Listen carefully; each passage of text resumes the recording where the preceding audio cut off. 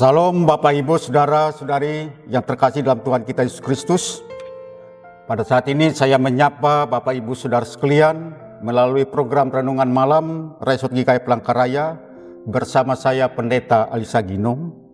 Saya mengajak Bapak Ibu Saudara merenungkan firman Tuhan pada malam hari ini yang terdapat di dalam kitab Roma pasal 8 ayat 1 sampai 17 sesuai dengan Almanak Nas Gereja Kalimantan Evangelis. Namun sebelum merenungkan firman Tuhan ini, saya mengajak Bapak Ibu Saudara berdoa. Mari kita berdoa. Ya Allah Bapa kami di dalam Kristus Yesus, saat ini kami bersama-sama merenungkan firman Tuhan. Terangilah hati dan pikiran kami oleh kuasa Roh Kudus-Mu, agar kami dimampukan untuk mengerti dan memahami firman-Mu ini. Bila Tuhan memperlengkapi hamba-Mu yang akan menyampaikan firman ini. Di dalam Yesus Kristus Tuhan Juru Selamat kami berdoa. Amin. Adapun firman Tuhan untuk kita pada malam hari ini dengan tema Roh memberi hidup dan memerdekakan. Saya akan membacakan ayat yang pertama dan yang kedua dari Roma pasal yang ke-8 dengan demikian bunyinya. Demikianlah sekarang tidak ada penghukuman bagi mereka yang ada di dalam Kristus Yesus. Roh yang memberi hidup telah memerdekakan kamu dalam Kristus dari hukum dosa dan hukum maut. Bapak Ibu Saudara yang kekasih dalam Tuhan kita Yesus Kristus, ketika iman orang Kristen berbicara tentang karya roh, ini sama sekali berhubungan atau tidak berhubungan dengan misteri dunia sebagaimana yang dipahami banyak orang. Sebab karya roh yang dimaksud oleh Rasul Paulus dalam kitab Roma pasal yang ke-8 ayat 1 sampai 17 ini lebih menunjuk kepada karya roh yang dinyatakan dalam karya Tuhan Yesus Kristus.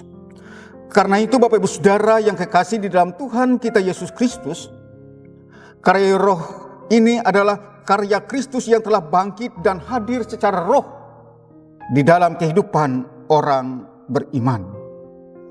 Dan pada hakikatnya merupakan karya yang menjamin umat percaya untuk mengalami kebebasan dan dari penghukuman dosa. Setiap orang percaya telah menerima anugerah keselamatan dalam darah Yesus Kristus. Yesus telah memerdekakan kita dari dosa. Apapun latar belakang kehidupan kita, siapapun kita, dan apapun keadaan kita, Allah sangat mengasihi kita. Karena itu dalam Roma pasal 8 ayat 1 dan 2, sesuai dengan apa yang dikatakan tadi yang berbunyi demikian, demikianlah sekarang tidak ada lagi penghukuman bagi mereka yang ada di dalam Kristus Yesus. Roh yang memberi hidup, yang memerdekakan kamu dalam Kristus dari hukum dosa dan hukum maut. Bapak Saudara yang kekasih dalam Tuhan kita Yesus Kristus, betapa kita harus bersyukur. Karena Yesus mengasihi kita. Ia menebus kita dengan darahnya. Ia membebaskan kita dari belenggu dosa yang membinasakan. Karena itu pertanyaan, bagaimana kita merespon anugerah Tuhan ini? Dalam bacaan firman Tuhan hari ini Rasul Paulus memberitakan kepada jemaat yang ada di Roma bahwa mereka harus hidup dipimpin oleh Roh Kudus. Karena hanya Roh Kudus yang dapat melepaskan kita dari keinginan daging yang mematikan. Roh yang memberi hidup telah memerdekakan kamu dalam Kristus dari hukum dosa dan hukum maut. Demikian dalam ayat yang kedua. Jika roh Allah ada di dalam hati kita, maka kita akan mengalami kepenuhan roh. Roh Allah akan memimpin kehidupan kita. Karena itu sebagai orang-orang yang telah ditebus oleh Kristus, kita mesti menjadi pribadi yang baharui dan dipimpin oleh roh Allah.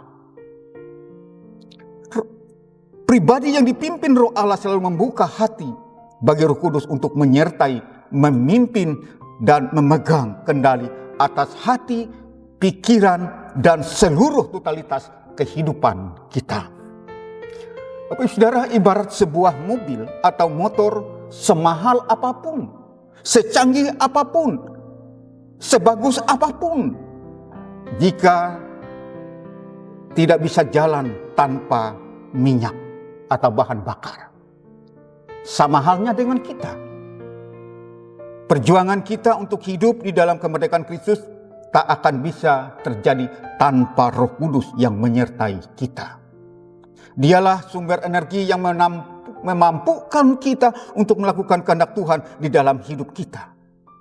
Bila kita mengandalkan kekuatan dan kemampuan kita sendiri, mustahil kita bisa hidup dalam kebenaran secara konsisten. Justru yang terjadi adalah kita akan terjebak dalam siklus manusia lama.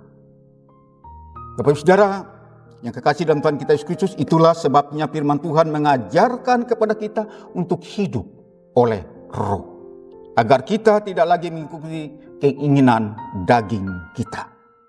Lalu bagaimana caranya hidup dalam Roh? Hidup dalam Roh artinya kita meminta Roh Kudus untuk menyertai, memimpin dan memegang kendali atas hati dan pikiran kita untuk dapat melakukan kehendak Tuhan. Itu sebabnya kita perlu membangun hubungan yang intim dengan Allah.